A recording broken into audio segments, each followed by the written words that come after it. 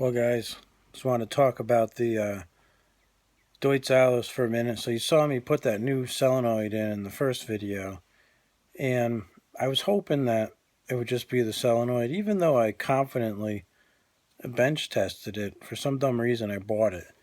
And what I didn't mention is that I bought it for $10 on Amazon. It was cheap, and it's okay to have one in stock anyways for another project, so I'm not too worried about losing that money. But it was all pointing towards something to do with the starter, and I was really concerned that it would be a major nightmare to get the starter out of that machine because of the bucket and because of the way all the hoods and everything go on it. So I was trying to be desperate to do anything I could to not take the starter off. So you'll have to watch the rest of this video to see what happened. Well, I was able to take the side panel here off the Deutz Allis. There are 3 nuts that hold it on, and now I can actually see the starter down here. And I'm not sure how you get it out, but I can see it. There's not much room to work down here, but I can see where the wire attaches to it. I cannot see how it attaches to the engine, but I can see that it's packed full with like pine needles and a bunch of crap, which is not cool. And the question is, how do I get it out of here? And I think there's bolts on the front of it up here somewhere, like right here. Oh, here's one right here. I think it bolts onto the plate here, and there's probably one above it, which maybe I got to take this tin off the side of the motor. So let me see if I can take that tin off the side of the Kohler Magnum here. We'll see what we can find. Now I got that shroud pulled off as much as I can get it, and sure enough, some little friends of ours seem to have made a home in here. Let's see if I can get some of this bullshit out of here. Yeah, all full of mouse residue. And what do you know? Here's the bolts for the starter. Let me see what we got here. Oh, the starter Bendix is stuck up, and it's in the mouse nest, or should I say the pile of mouse nest. I don't know if I can possibly turn the flywheel or not, but right in here you can see the Bendix is locked up right into the flywheel. And let me see, I don't know if I can turn that or not. It's gonna be tough.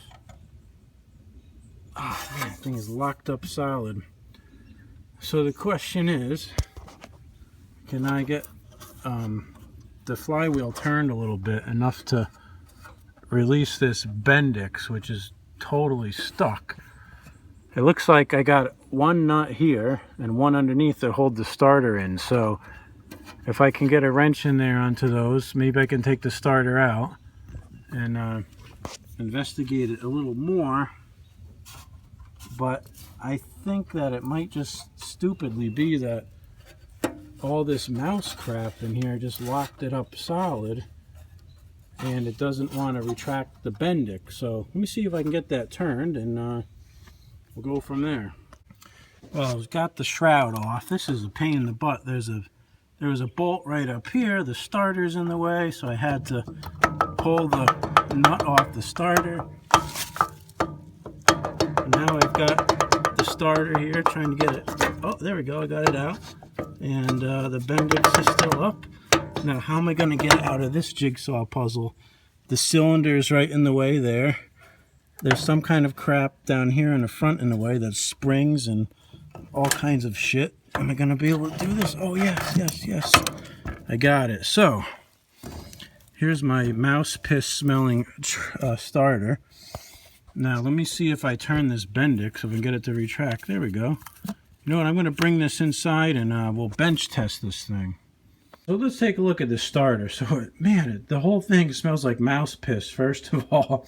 Whew, it really stinks, but The gear here is totally packed solid with mouse nest particles, and oh, it sucks. It's just generally dirty, so I'm going to just try to clean it up a little bit.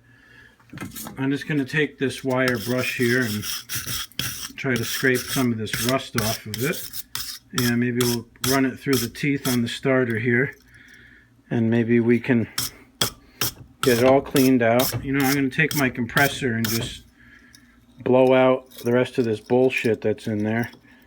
And, you know, I guess, yeah, I'll blow it out first, and then we'll hook it up to the jumper pack and see if we can get her to turn or not. All right? These starters are a little sketchy to deal with. There's not much to hook the ground on, so I'm just going to put it on this clamp up here, and I'm just going to hold it and see what happens. Ooh, that sounds horrible. I think it has a bad bearing up here on the top, so maybe what we'll do is see if we, oh yeah, that sounds horrible. See if maybe we can pull these bolts out and split the case here and take a better look at what's going on in this thing, you know.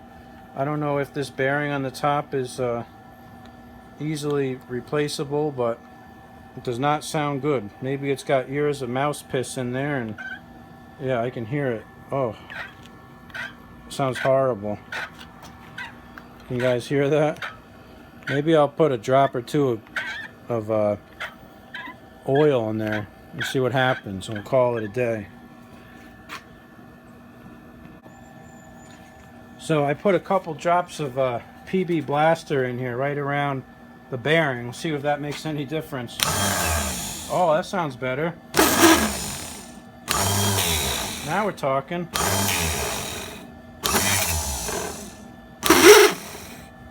Oh, it was rubbing the cord here. So okay, that's good news. So we got the starter fixed. So I think what I got to do is take the spark plugs out of that thing and see if I can turn it over by hand, because the flywheel felt really tough. I'm assuming that it's just because the Bendix was locked up and because the stupid bearing was screwed up, and that was probably my issue. So we'll see what happens. Alright, so I'm able to reach my hand in here and move the flywheel with no problems. No issues at all. So I think at this point what I'm going to do is I'm going to take my backpack blower out, and I think I'm going to try to just blow, oh yeah, look at this, it's totally clogged in the teeth. I think I'm going to just try to blow all this crap out of the blower housing with the backpack blower before I put it back together, all under here, everything. And then I'll put the starter in and hook it up. I'm not going to put any of the shrouds back on, but I'll just hook up the shroud or the starter and see if we can get her to turn over. So I better move my tray of tools here out of the way before I fire up the backpack blower and blow up my sockets all over the lawn. But yeah, I think that will work. Okay, let's see. So that's a little better. I got it all blown out good. Now you can really see the guts of this thing a little bit better here. And I see another chunk of shit in there over here. Oh, nice. Anyways, let's see if we can get the starter in there. It's kind of a pain. So you got this bracket here that the two let me put these nuts and washers down. So you got on the starter here, you got these two pins there, and they basically just go through that thing. And I'm trying to remember what way it was in the machine. I think it was this way, but I think I'm going to put it in this way so that, yeah, that works. I'll put it in like this. So how did I get that in there is the question. Oh, there we go. Perfect. So see if we can fish this sucker into those two holes, and then all we gotta do is get those two nuts in there and we should be good to go. So I'll finish this off camera because it's kind of tough to do one-handed. Okay, so the starter is all mounted up.